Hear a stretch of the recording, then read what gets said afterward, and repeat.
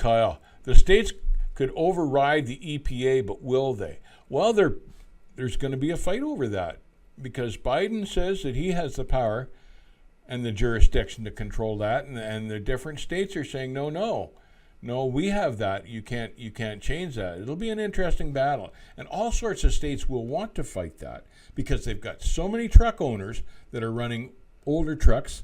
They know the emissions equipment doesn't work very well, so it'll be a hell of a battle when it comes. John M. Hopefully Joey will be gone in under 2 years.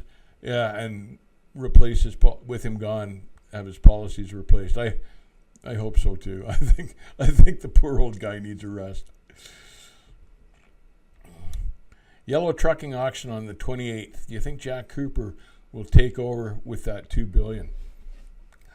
I don't really understand what Jack Cooper's goal is in that. Like, he's got a lot of that equipment is junk.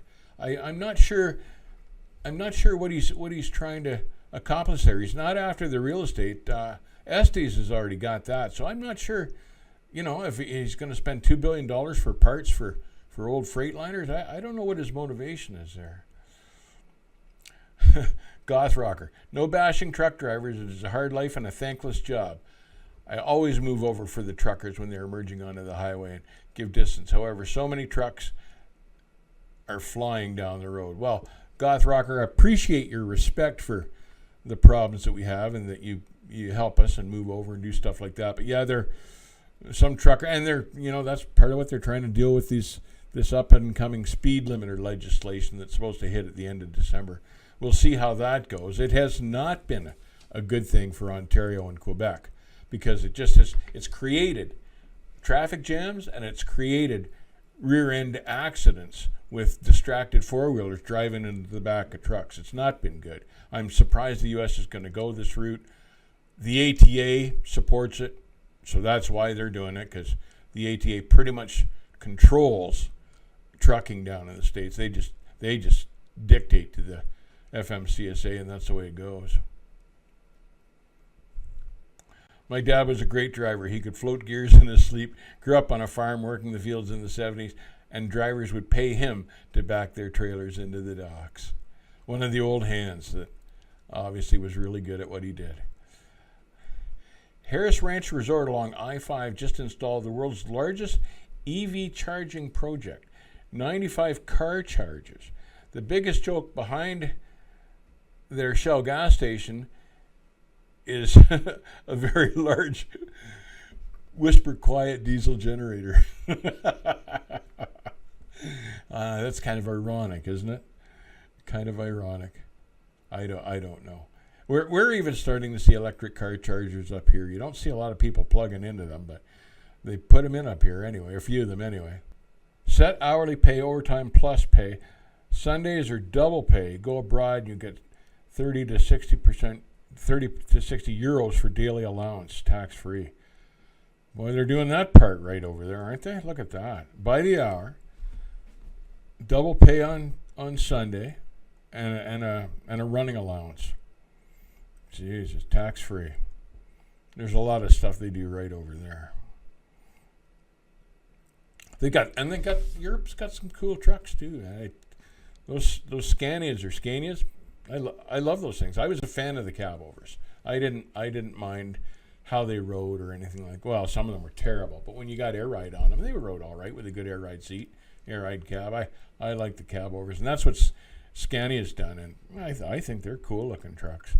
They've actually got like a big one, like with a double bed out the back, and I'd want that because I don't like the narrow cabs, like so you can touch the back wall from the driver's seat. I don't like that. So yeah, if it had a big bunk, perfect. I would love to learn a twin stick transmission. I'm looking through Kijiji if these trucks for sale have twin sticks, but mostly I've seen Chilliwack, BC, but can't afford to pay for it. They're kind of a thing of the past here now. Now I happen to have a friend that has a set of twin sticks, and he's with us on the chat, and he has mastered them. I was never a big fan of the sticks. When the 18-speed came along, I thought, yep. I had a 15-speed before the 18 speeds came along. I like the 15 overs with the overdrive up against the dash. But I was never a big fan of the twin sticks. I used to when I was young. I drove them back in the mountains when I was a kid in British Columbia. And you'd be halfway up the hill and you'd always forget what gear you're in and end up grinding it or floating to a stop. I didn't get as proficient at it as I wish I had been. Retired super trucker, 15-speed overdrive up against the dash. You just dated yourself. Yes, I know. And the last one that I spec'd, and the Lettuce King will remember this truck, was my 93 Kenworth. And the mistake that I made, one of the mistakes I made was that I put 355s for rears and big rubber on that truck, and to get it up into overdrive, into the top hole, you literally had to have that thing planted, because it did not like to. It was geared so tall that it did not like to hold the top gear for the first couple hundred RPMs. Once you got it past like 1600, you were fine. But after you shifted, you'd go in about 14, 15, and she would struggle until she got into her pulling band. Now, part of the problem with that was too that it was a Cummins, and I'm sure the Lettuce King will remember that as well. In fact, he used to taunt me because that truck was so slow. It was fast once you got it going, but it took a while to get it going. You had to be going downhill. Just last stream, I think it was, I was talking about Hillary. When the Hurricane Hillary hit California, there were 57,000 people all without power because of this bad storm. And if they'd all been relying on electric cars to get out of there, they couldn't have done it, because the first thing in a bad storm that goes out is the power. So they wouldn't even have the juice in their cars to drive to a safer spot. They got a lot of rethinking to do. Lettuce King. It gave me time to have a nap waiting. I particularly recall one race up Sherman Hill outside of Laramie that he flogged me so badly, like he was in Cheyenne before I got to the top of the hill. In the future, would you want to be an owner-operator? If you wanted to be an owner-operator, what used truck would you recommend to start off? Local regional work, probably more farm work or dump. If I was going to run an old truck, I'd try to keep it close to home. I like doing dump work, but yeah, regional or dump, something like that. Local, I wouldn't.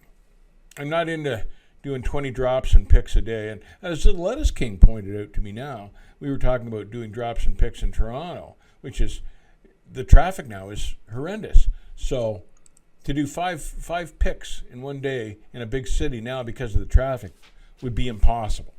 You could maybe get 3 if you're really lucky. But, a multi-pick or drop load, it would take you a couple days just because of the traffic. So I don't know where I was going with that, but local dump work, you don't have a bunch of picks and drops. Dave, what's your opinion of yellow going under? My opinion is this, and we've got a couple of videos on this as well, but yellow was mismanaged for years.